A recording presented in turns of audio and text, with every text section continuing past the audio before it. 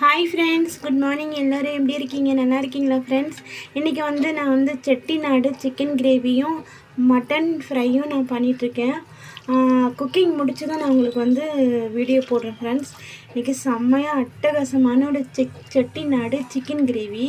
இது இட்லி, தோசை, அதுக்கப்புறம் ரைஸ் எல்லாத்துக்கும் நம்ம யூஸ் பண்ணிக்கலாம். செம்மையாக இருக்கும், டேஸ்ட்டும் அட்டகாசமாக இருக்கும். அரைச்சி விட்ட மசாலா அப்படின்னு சொல்லுவாங்க. இது செட்டிநாடில் ரொம்ப ஃபேமஸ். என்னென்ன மசாலா எப்படி சேர்க்கணும் அப்படிங்கிறது நான் ஃபுல் வீடியோ போடுறேன்.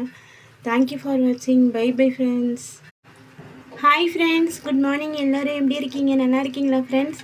இன்றைக்கி நான் செட்டிநாடு சிக்கன் கிரேவியும் மட்டன் ஃப்ரையும் நான் பண்ணிகிட்ருக்கேன்.